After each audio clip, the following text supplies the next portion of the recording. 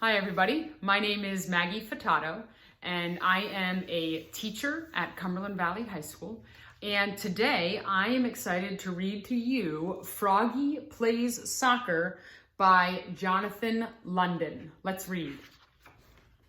Froggy Plays Soccer. Froggy plays soccer.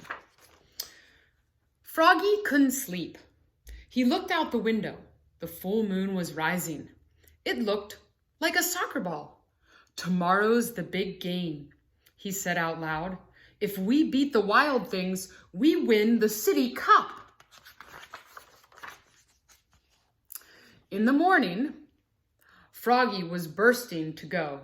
He pulled on his underwear, zap, tugged on his soccer shorts, zip, snapped on his shin guards, snap, wiggled on his soccer shirt, zlim, pulled on his soccer socks, zoop, and put on his cleats, zup, zup. Froggy, called his father.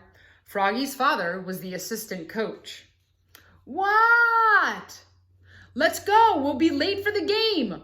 Froggy flopped outside, flop, flop, flop. Remember, said Froggy's dad, only the goalie can catch the ball, and you're not the goalie.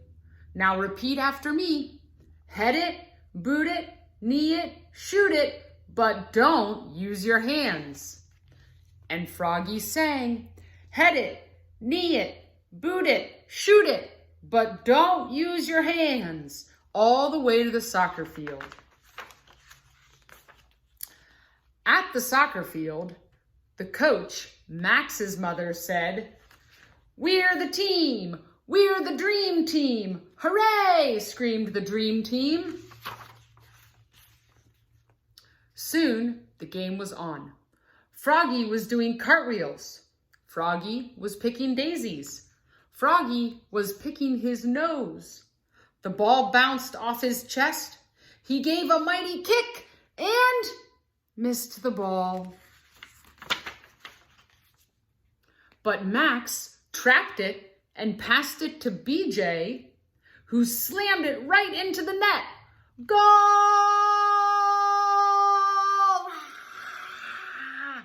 It was 1-0, the dream team. Again, the two teams faced off. The whistle blew. The dream team charged down the field towards the Wild Things. Froggy was tying his shoe. See, he's right there, tying his shoe. Froggy's dad was yelling, defense, defense. The ball hit Froggy in the head, bonk, and knocked him down. He was great at defense. At halftime, the dream team held the lead. Now remember, said Froggy's dad, and they all chanted together, head it, boot it, knee it, shoot it, but don't use your hands. The whistle blew, and the second half started.